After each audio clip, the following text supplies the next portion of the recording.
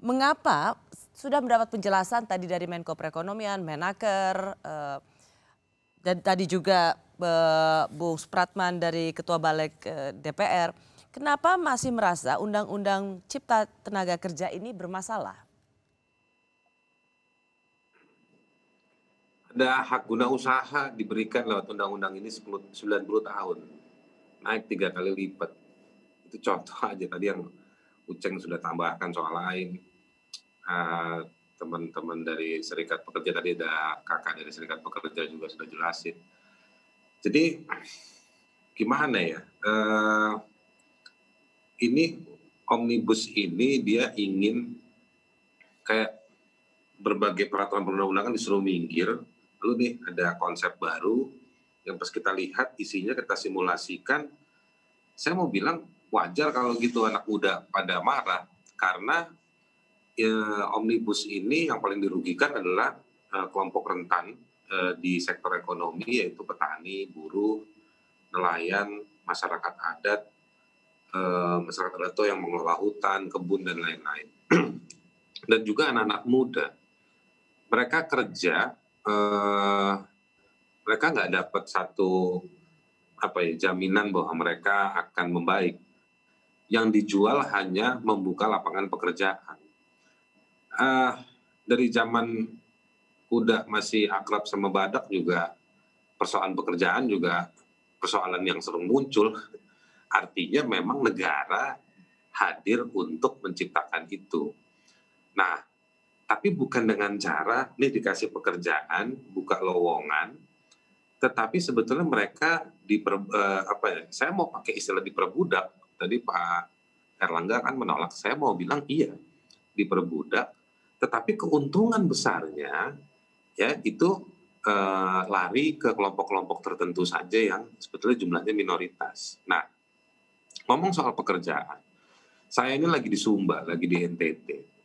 Saya dampingi masyarakat adat yang dipidana karena bersengketa soal tanah ulayatnya. Saya lihat videonya. Iya, dengan perusahaan yang nomor 1 pemiliknya terkaya di Indonesia.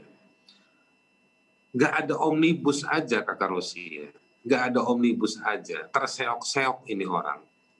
Ya, masyarakat adat ini terseok-seok. Mereka nggak mau jadi menteri Menko Perekonomian, enggak. Mereka nggak mau jadi ketua kepala BKPM, enggak. Mereka cuma pengen bisa melepaskan ternaknya secara baik. Padahal Pemdanya, pemerintah pusatnya, nggak pernah datang kasih subsidi pemberdayaan ternak sapinya, babinya, atau kerbaunya. Jadi yang dimau sama orang simple, tetapi pengelola negara yang juga sebagian besar dari mereka adalah para pebisnis, itu kayak punya mimpi sendiri yang gagal kontekstual sama masyarakat. Nah, selain soal itu, saya mau bilang begini loh. Pernah ada risetnya Bappenas dan juga Pusat Studi Hukum dan Kebijakan. Ini soal kontekstual. Mereka riset, ternyata program pembangunan dan program legislasi itu nggak ketemu, Rosi. Mereka itu hanya ketemu sekitar 10-20%. Bisa di-download laporannya. Artinya apa? Artinya orang nggak ada yang bisa mempertemukan antara si produk legislasi dengan rencana-rencana pembangunan di lapangan. Itu nggak ketemu. Nggak nyambung. Simpel di sini. Nggak nyambung. Yang kedua lagi saya mau sampaikan. Di Indonesia itu ada konsep, dalam hukum ada konsep namanya mutatis mutandis. Ada sejumlah perubahan-perubahan yang sebetulnya dia perlu di-capture, dia perlu ditangkap, dia perlu diakomodir dalam aturan dan penerapan-penerapan hukum. Nah, itu tidak kejadian, Kakak Rosi.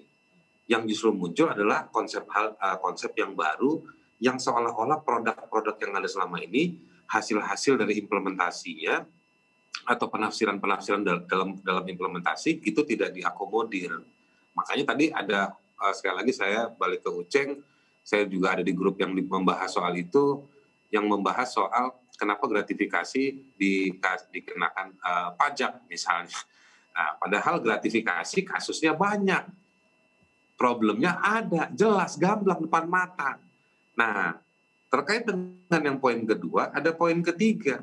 selain ada yang sudah berhasil, yang bisa dianggap sebagai mutatis mutandis, yang bisa diakomodir sebagai hukum yang baru, harusnya dibungkus sebagai hukum yang baru. Kok ada masalah-masalah soal ketenaga kerjaan? Saya dampingin pensiunan, yang belum pensiun, klien saya banyak. Lapor ke sana, bipatrit dicuekin, tripatrit begini hasilnya. Jadi praktek di lapangan itu masih penuh tantangan yang tidak serta-merta solusinya dipinggirin. Anda tidak melihat Korupsi di perizinan. Undang-Undang Ciptaker ini justru ingin memperbaiki itu, menjamin justru perlindungan hak-hak pekerja justru semakin terlindungi? Saya tidak melihat bagaimana upaya pemulihan itu didukung oleh negara. Yang justru ada sekarang kayak rebutan. Pemerintahan daerah, saya juga bingung nih, kepala-kepala daerah nggak ada yang ngamuk, kenapa? Kepala-kepala daerah izinnya diambil sama pusat. Ya kan? Ini kan semua pusat. Tadi dijelaskan kewenangan KKP untuk pulau-pulau kecil dan pulau-pulau pesisir. Lalu hutannya diambil oleh KLHK. Ruangnya daerah nggak ada. Daerah nanti hanya akan dijadikan centeng yang dapat perintah tetesan dari pusat. Anda harus amankan ini, amankan itu, amankan ini. Izin hanya dikasih 30 hari, kalau 30 hari daerah tidak bisa laksanakan, tidak punya opsi untuk menolak, tapi diambil alih oleh pusat. Jadi ini sentralisasi. Ini balik lagi ke zaman Orde Baru. Semua ada di istana.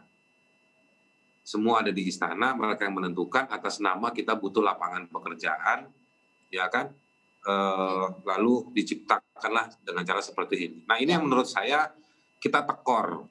Tanah kita bakal diambil sama usaha 90 tahun, baliknya kapan, butuh 2 generasi, kondisi tanahnya bagaimana kita nggak tahu lagi. Jadi saya juga kadang-kadang bingung nih, nggak cukup hanya di acara Rossi, mungkin butuh juga 1000 halaman lebih untuk membahasnya, tetapi orang sudah kadung kecewa.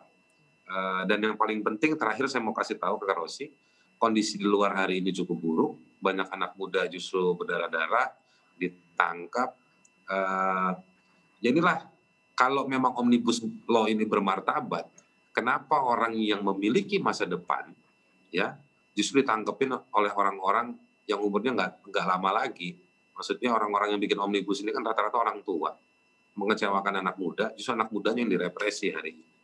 Saya kecewa berat. Ini salah satu tragedi paling buruk soal hukum di Indonesia.